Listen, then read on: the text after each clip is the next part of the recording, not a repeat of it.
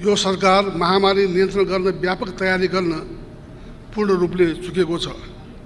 देशको सरकारलाई कोभिड-19ले गरेको र गर्न सक्ने क्षतिबारे ज्ञानै छैन। सरकारलाई जनताको दुख प्रति कुनै संवेदना छैन। जनताको पीडा बुझ्न सक्ने हृदय छैन। तेस्रो, सरकारसँग यो अप्ठ्यारो बेलामा भविष्यका लागि जनता आश्वस्त हुने कुनै योजना छैन। विगत 2 वर्षमा निकै काम गरेको दावा गरिएको छ। म सम्माननीय प्रधानमन्त्रीलाई विगत 2 वर्षका नीति तथा कार्यक्रम पुनः एकपल्ट पढ्न अनुरोध गर्छु। यति काण्ड हुँदै सिक्युरिटी प्रेस खरिद सम्बन्धी काण्डमा मन्त्री नै भ्रष्टाचारमा संलग्न भएको घटनापछि सरकारले भ्रष्टाचारको नियन्त्रणको कुरा गर्नु जग हटाउने विषय होइन र। दर्शकबिन नमस्ते, तपाईं अहिले हेर्दै हुनुहुन्छ दैनिकी न्यूज। दैनिकी न्यूजलाई लाइक, शेयर अनि सब्स्क्राइब गर्नुहोस्। सम्माननीय सभा महोदय,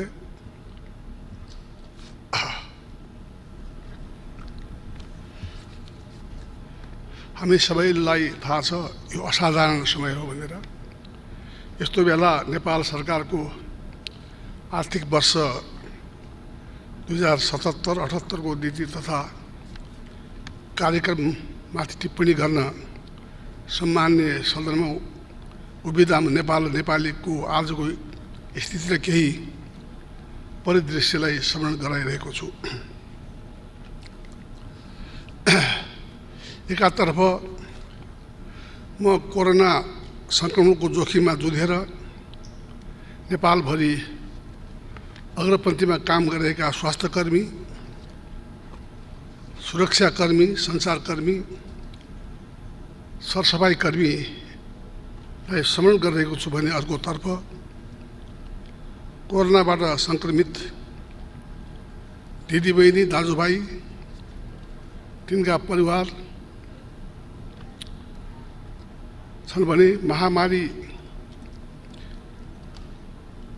दिदीबहिनी, दाजुभाइ, तिनका परिवारलाई स्मरण गरिरहेको छु भने महामारीका कारण दुःखमा परेका किसान, स्वदेश र विदेशमा रोजगार गुमाइरहेका श्रमिकहरू, विदेशबाट घर फर्किन चाहेका तर नपाएर अप्ठ्यारोमा परेका नागरिक, बसेको ठाउँमा राहत नपाएर सयौं किलोमिटर हिँडेर घर जान बाध्य हजारौं मजदुर, विद्यार्थी, बेरोजगार, उपचार पाउन कठिनाइमा परेका अन्य रोगीका बिरामी, अन्य रोगका बिरामी, उद्योग व्यापार बन्द भएका साना ठुला उद्यमी व्यापारी, बिहान साँझको छाक टाल्न नसक्ने अवस्थामा पुगेका मजदुरका मजदुर, त्यस्तै समस्यामा परेका गरिब, अपाङ्गता भएका व्यक्ति, एकल महिलाहरूलाई पनि सम्झिन चाहन्छु। म यस परीक्षण सामग्रीको अभावमा कोरोना परीक्षणको प्रतीक्षामा बसेका नागरिकहरू, भाइरसको महामारीले आफू र परिवारलाई कसरी जोगाउने, प्रकोप बढ्दै गए के स्थिति होला, यसले मुलुकलाई के गर्ला भनेर सन्ताप र त्रासमा परेका नेपाली दिदीबहिनी, दाजुभाइहरूको मनोदशा पनि बुझ्दछु। अनि हिजो मात्रै समयमै उपचार नपाएर कोरोनाको कारण मृत्यु भएकी सिन्धुपाल्चोककी सुत्केरी महिला, उनको काखको शिशु र उनको परिवारको मनोदशा पनि सम्झिरहेको छु। सरकारले यी सबैलाई आफू अभिभावक भएको अनुभूति गराउनु पर्ने समय हो। हाम्रो अपेक्षा थियो सरकारले ल्याउने नीतिले यस्तै विषयलाई सम्बोधन गर्नेछ। सरकारका कार्यक्रमले स्रोत साधनको समुचित व्यवस्था गरी समस्याको उचित समाधान गर्नेछ। तर सरकारको नीति तथा कार्यक्रमले अर्कै सन्देश दिएको छ। पहिलो सन्देश यो सरकारलाई कोभिड-19ले गरेको र गर्न सक्ने क्षतिबारे ज्ञानै छैन। दोस्रो, सरकारलाई जनताको दुःख प्रति कुनै संवेदना छैन। जनताको पीडा बुझ्न सक्ने हृदय छैन। तेस्रो, सरकारसँग यो अप्ठ्यारो बेलामा भविष्यका लागि जनता आश्वस्त हुने कुनै योजना छैन। एक वर्ष नीति तथा कार्यक्रम उद्देश्यबाट बडा लिएर बहुवर्षीय योजनाको कोरा कल्पना देखिन्छ। एक वर्षको नीति तथा कार्यक्रममा 10 वर्षको योजना जस्तो देखिन्छ। यो नीति तथा कार्यक्रम जनतामा आशा विश्वास जगाउनु पूर्ण असफल भएको छ। यो सरकार महामारी नियन्त्रण गर्न व्यापक तयारी गर्न पूर्ण रूपले चुकेको छ। नेपालमा पहिलो संक्रमित व्यक्ति 2076 माघ 10 भेटिएको 4 महिना पुग्न लाग्यो। लकडाउन भएको पनि आज 55 दिन पुरा भयो। हिजोसम्म PCR विधिबाट केवल 26,691 जनाको मात्र परीक्षण भएको स्वयं सरकारले तथ्याङ्कले देखाउँछ। यतिका दिनपछि पनि स्वास्थ्य कर्मीको सुरक्षा उपकरण लगायतका आवश्यक सामग्रीको उपलब्धताको प्रत्याभूति नहुनु, विश्वसनीय परीक्षण किटको अभाव हुनु, अस्पतालमा भेन्टिलेटर लगायतका अन्य उपचार सामग्रीको आपूर्ति नहुनु, कोरोना प्रभावबाट मर्कामा परेकालाई उचित राहतको व्यवस्था नहुनु, सीमा बाहिर बिचलीमा रहेका देशभित्र नै पनि घर बाहिर असहाय अवस्थामा रहेका नागरिकलाई सुरक्षित इज्जतपूर्वक घरमा पुर्याउने कुनै योजना नहुनुले पनि जनताले सरकार भएको अनुभूति गर्न सकेका छैन। म प्रश्न गर्न चाहन्छु, सरकारले लकडाउनको यो अवधिमा के तयारी गर्यो? परिस्थितिको गम्भीरताप्रति सरकार संवेदनशील हुन नसकेको दृष्टान्त यो हो तयारीविहीनता। विदेशमा लाखौँ नेपाली कोरोनाका कारण समस्यामा परेका छन्।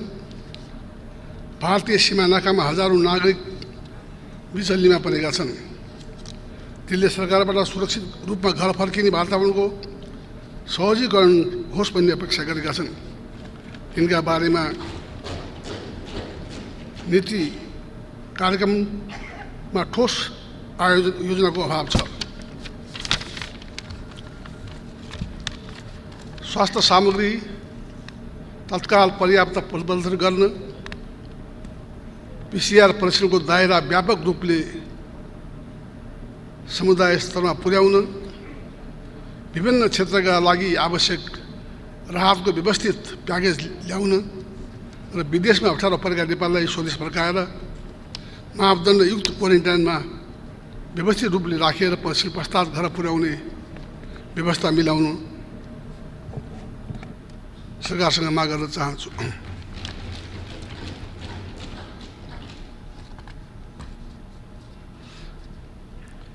घर फर्किन चाहने अलपत्रमा परेका खाडी मुलुक लगायतका विदेशमा रहेका नेपालीहरूलाई सुरक्षित रूपले नेपाल फर्काएर यिनको व्यवस्था गर्नु सरकारको कर्तव्य हो। नीति तथा कार्यक्रममा केवल सरकारले आत्मप्रशंसा गरेको छ। विगत 2 वर्षमा निकै काम गरेको दावा गरिएको छ। म सम्माननीय प्रधानमन्त्रीलाई विगत 2 वर्षका नीति तथा कार्यक्रम पुनः एकपल्ट पढ्न अनुरोध गर्छु, जसले ती नयाँ नीति र कार्यक्रमका असत्य दावालाई उजागर गरेको छ। सरकारका 2 पहिलेका नीति कार्यक्रम हेरेर आफै लज्जित बन्नुपर्ने स्थिति छ। त्यो बेला 1 वर्षभित्र बनाउँछु भनेको गौतम बुद्ध एयरपोर्ट बनेको छैन। 3वटा मुख्य राजमार्ग छेउ बनाउँछु भनेको 765 केभी ट्रान्समिसन लाइन, निजगढ एयरपोर्ट निर्माणको प्रतीक्षामा छन्। अहिलेका नीति कार्यक्रममा उल्लेख गरिएका 7वटै प्रदेशका प्रमुख सहरमा विद्युतीय बस सेवा सञ्चालन ल्याइने जस्ता केही सपना पूरा नभई बिना कुनै तुष्टिकरण तुइएका छन्। यी त केही उदाहरण मात्र हुन्। 2 वर्ष पहिलेका नीति कार्यक्रममा उल्लेखित गरिएका नै कतिपय योजना र कार्यक्रम अहिले पनि पुनरावृत्ति गरिएका छन्। यसले नीति कार्यको कार्यान्वयन कति फितलो छ भन्ने कुरा देखाएको छ। विकासको गति गजबले अगाडि बढेको दाबी गर्ने सरकारलाई न्यून पुँजीगत खर्चको अवस्थाले जिस्काइरहेको छ। राजनीतिक प्रचार सुविधाका लागि जे पनि गर्छु भन्ने जस्तो सस्तो प्रवृत्ति मौलाएको छ। यसले नीति तथा कार्यक्रमका विश्वसनीयता र उच्च गरिमा हराएको छ।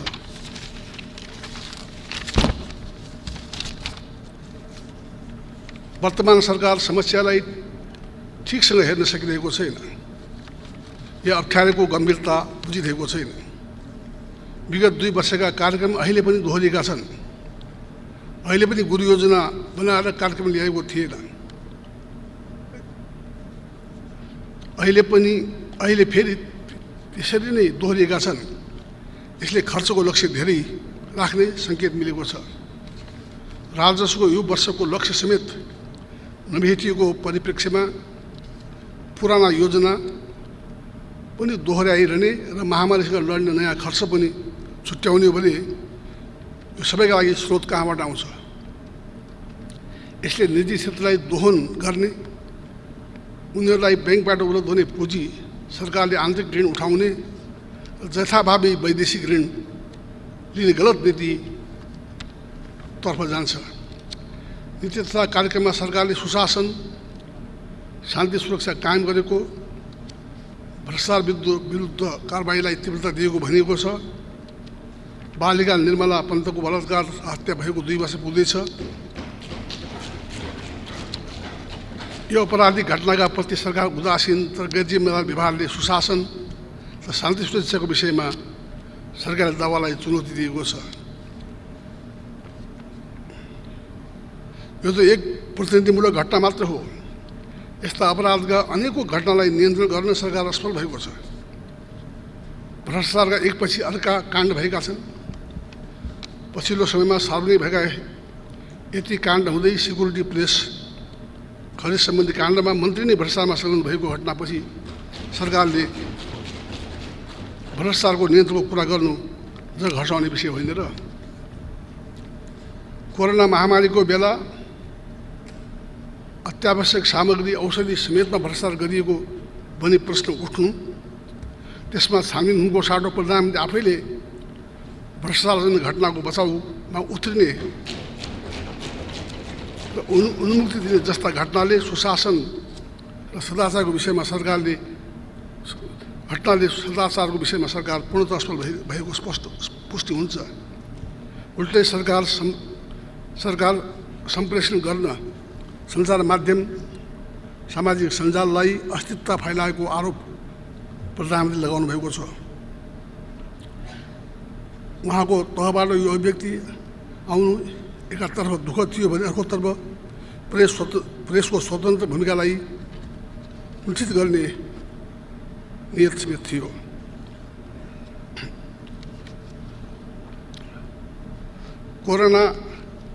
कोरोनाले मुलुकका सबै क्षेत्रलाई अत्यन्त नकारात्मक रूपले प्रभावित गरेको छ। त्यसका अल्पकालीन र दीर्घकालीन प्रभाव रहनेछन्। सरकारको नीति तथा कार्यक्रम समस्या समाधानतर्फ उन्मुख छैन। देशभित्र उद्योग धन्दा निर्माण क्षेत्रमा प्रभाव र विदेशमा बेरोजगारीबाट देश फर्किने ठुलो सङ्ख्या बेरोजगारीको समस्या भयावह रूपले बढ्ने देखिन्छ। यसलाई संशोधन गर्न सरकारसँग सम्बोधन गर्न सरकारसँग इच्छा शक्ति, क्षमता, इमान्दारी र दूरदर्शिताको अत्यन्त अभाव छ। सरकारको दावा विपरीत संहिताको कार्यान्वयनमा सरकार उदासीन रहेको छ। प्रदेश सरकारका संविधान प्रदत्त अधिकारको उपयोग गर्न प्रदेश सरकारहरू संविधान प्रदत्त अधिकारको उपयोग गर्न वञ्चित भएका छन्। सङ्घ प्रदेश र स्थानीय तहबीच समन्वय गर्ने संयन्त्रहरू, अन्तर प्रदेश परिषद, अन्तर सरकारी वित्त परिषद जस्ता कुराहरू वित्त परिषद जस्ता निष्क्रिय छन्। प्रदेशका राजनीतिक नेतृत्वले सङ्घीय सरकारसँग व्यवस्थित समन्वय नभएको गुनासो गरेका छन्। हस्तकला, कृषिमा आधारित साना उद्योगहरू नकारात्मक रूपमा प्रभावित भएका छन्। आत्मनिर्भर र धेरै ठुलो रोजगारीको माध्यम बनेको कुखुरा पालन, मत्स्य पालन, मह, केरा, तरकारी, फलफुल उत्पादन तथा प्रशोधन गर्न उद्योगमा परेका असर, तिनलाई दिनुपर्ने राहतको उल्लेख छैन। यो ती उद्योगमा आधारित व्यक्तिले रोजगारी गुमाउने आन्तरिक मन्दीका कारण उद्योग धराशायी भई देशभित्र आर्थिक असमानता थप बढ्ने स्थिति छ।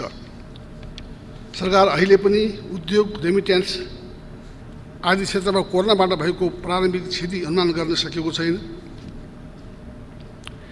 त्यसैले राहत पाउनुपर्ने उद्योगीलाई प्रोत्साहित गर्ने विषय नीति तथा कार्यक्रममा समेटिएको छैन। सरकारसँग निर्यात बढाउने विश्वसनीय नयाँ योजना छैन। सरकारले सञ्चालन गरेका रोजगार योजनाहरूको गुणस्तर, स्रोत परिचालनको तरिकामा गम्भीर प्रश्न उठेको छ। विगतमा सञ्चालन गरिएका प्रधानमन्त्री रोजगार योजनाले देशको सम्पत्तिको दुरुपयोग भएको पनि आम जनता र सञ्चार माध्यममा व्यापक विरोध भइरहेको छ। दिगो पूर्वाधार निर्माणका लागि लिनुपर्ने वैदेशिक ऋणलाई कार्यकर्ता पोस्टे काममा खर्च भइदिएको स्वीकार्य हुन सक्दैन।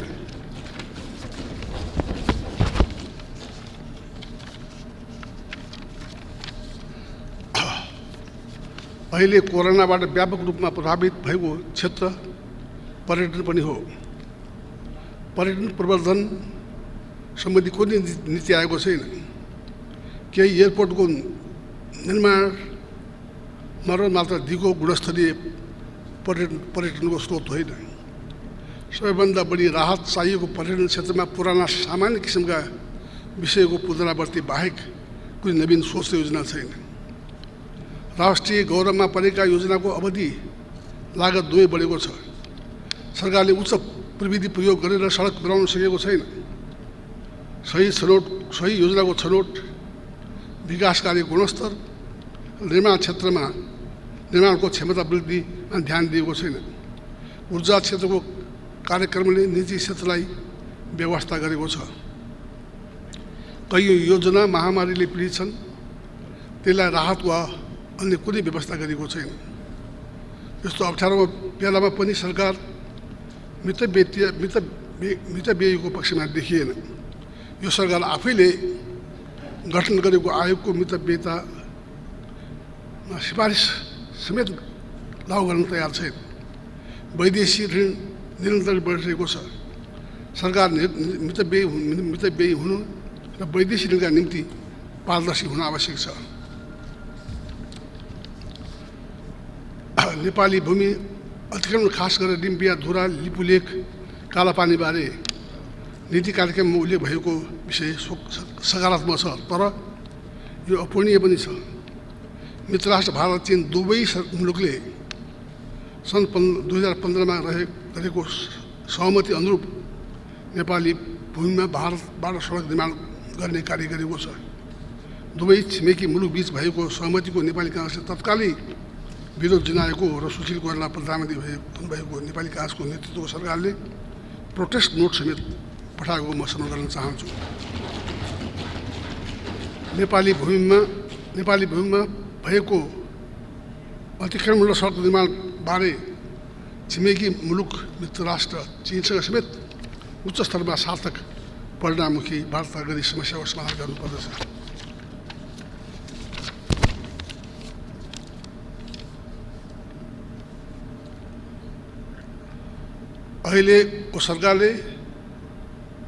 अघिल्लो सरकारले गरेका हालै समयको सबभन्दा ठुलो सहयोग सन्धि सम्झौता एमसिसीलाई यो सदनबाट पारित गर्ने बारे सरकारको उदासीनता देखिएको छ। नीति तथा कार्यक्रममा यसलाई समावेश गरेर गैर जिम्मेदारी र जवाबदेहिताका साथ सरकार अग्रसर हुन सकेको छैन। यही सदनमा प्रस्तुत गरेर पारित गर्ने प्रक्रिया अघि बढाउन माग गर्दछु। पूर्ववर्ती सरकारले गरेका निर्णय सम्झौता उल्लङ्घन गर्दै जाने हो भने यस प्रवृत्तिले गलत नजिर स्थापित गर्ने पनि हुन सक्ने पनि चेतावनी दिन चाहन्छु। अन्तमा यो वर्षको नीति तथा कार्यक्रमले मुलुकलाई प्रगतिको बाटोमा लैजाने सृजनशीलता देखाउन सकेको छैन। आवश्यक नीति तथा कार्यक्रमको अभाव छ। पुराना कार्यक्रम दोहोरिएका छन्। राजस्वमा आउने कमीले कुनै प्रभावबारे केही बोलेको छैन। अहिलेको महामारीले पार्ने बहुआयामिक प्रभावबारे नीति तथा कार्यक्रम बोल्न सकेको छैन।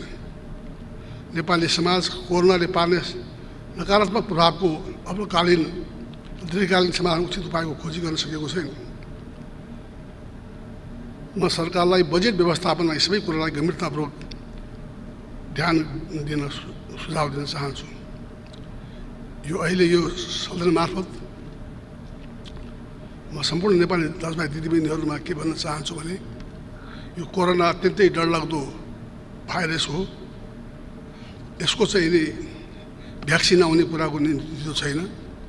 त्यसैले सबै नेपालीहरूले आवश्यक डिस्टेन्समा रहेर